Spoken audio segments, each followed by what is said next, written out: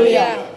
Saya akan segera membacakan firman Tuhan di tengah ibadah kita pada kesempatan ini, yaitu firman Tuhan yang terambil dari 1 Petrus pasal yang keempat ayatnya yang ke-13. Demikian bunyi firman Tuhan.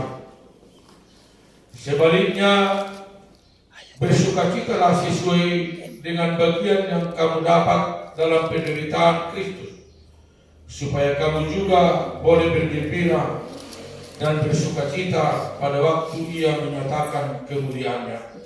Sekali lagi saya bacakan, sebaliknya bersukacitalah sesuai dengan bagian yang kamu dapat dalam penderitaan Kristus, supaya kamu dapat juga boleh bergembira dan bersukacita pada waktu Ia menyatakan kemuliaannya. Puji Tuhan. Haleluya.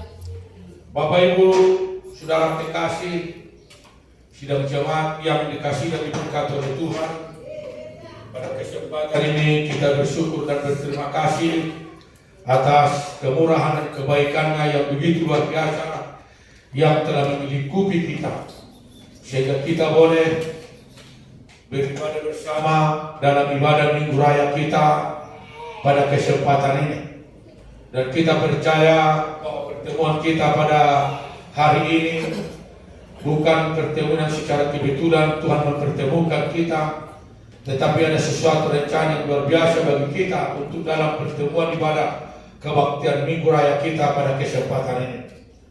Oleh karena itu, saudara kekasih, di dalam nama Tuhan Yesus Kristus, firman Tuhan yang sudah berkata-kata, berbicara, menyapa dan melawan kita, firman kebenaran yang disampaikan oleh Rasul Petrus kepada kawan orang percaya sekitar 2020 tahun yang lalu, dan hal yang sama juga berbicara, berkata-kata di tengah-tengah ibadah kita untuk memberikan sesuatu motivasi, memberikan suatu pembelajaran, memberikan suatu inspirasi di dalam setiap perjalanan hidup kita selama kita hidup dalam dunia ini untuk mengikut Tuhan dan melayani Tuhan dalam seluruh esensi kehidupan kita, saudara-saudara yang dikasihi oleh Tuhan Yesus Kristus. Firman Tuhan ini memberitakan kepada kita bagaimana kita menghadapi suatu pencobaan-pencobaan, penderitaan, bahkan tantangan, masalah, problema yang kita hadapi selama kita hidup di dalam dunia. Karena kita tahu kita secara manusia kita mempunyai keterbatasan. Tidak ada kemampuan kekuatan bila mana Tuhan ada di dalam kehidupan kita, bila mana Tuhan tidak bersama-sama di dalam kehidupan kita. Sebab itulah firman Tuhan berkata dalam Yohanes 15 ayat 5 dikatakan di sana bahwa tanpa Aku kamu tidak dapat berbuat apa-apa. Tanpa Aku engkau tidak dapat melakukan segala sesuatu di dalam hidup.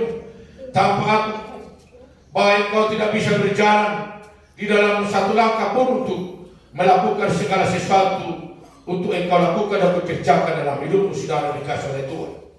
Dalam 1 Korintus 10 ayat 13 dikatakan bahwa pencobaan-pencobaan yang kamu alami adalah pencobaan-pencobaan biasa, dan pencobaan-pencobaan yang kamu alami tidak melebihi dari segala kekuatan.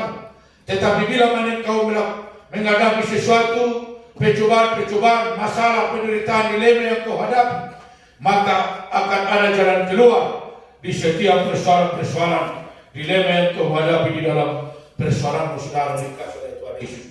Oleh karena itu, saudara dikasihi oleh Tuhan, bagaimana kita menghadapi suatu persoalan, penderitaan, pergumulan, masalah, problema di dalam kehidupan kita. Karena kita lambat atau cepat, kita akan diperhadapkan kepada suatu persoalan, penderitaan, pergumulan, tantangan, masalah, kehidupan yang kita hadapi di dalam dunia ini. Oleh karena itu, saudara-saudara dikasihi oleh Tuhan, apa yang menjadi resep, apa yang menjadi obat, yang menjadi kekuatan di dalam hidup kita dikala kita menghadapi suatu persoalan, pergumulan dalam kehidupan kita. Yang pertama, saudaraku yang dikasihi oleh Tuhan, kita harus selalu memperkatakan firman Tuhan selalu memperkatakan firman Tuhan. Sebagaimana ketika Yesus dicobai di padang gurun ketika dia selesai dibaptis di sungai Yordan, maka iblis membawa dia ke padang gurun setelah dia berpuasa 40 hari 40 malam lamanya. Iblis berkata, jikalau kau anak Allah, lakukanlah batu ini menjadi roti. Buatlah batu ini menjadi roti. Tetapi Yesus berkata, manusia tidak hidup oleh karena makanan, tetapi setiap firman Tuhan yang keluar daripada mulut Allah.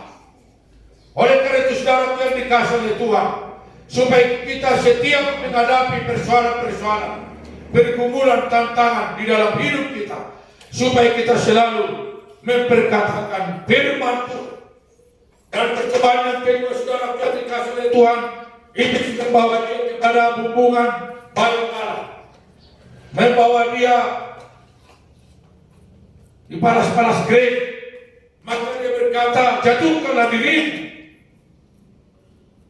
Maka Tuhan akan menyuruh malaikat-malaikatnya untuk mendatangi kau, supaya kakimu tidak terhantuk ke dalam batu, supaya tersangkut. Dan percobaan yang ketiga saudara dikasih oleh Tuhan, dia dibawa ke atas gunung dan dia menawarkan segala kemuliaan-kemuliaan yang ada dalam dunia ini. Jika engkau mau menyembah kepadaku, maka akan kau berikan kepadamu semua segala sesuatu yang ada dalam dunia.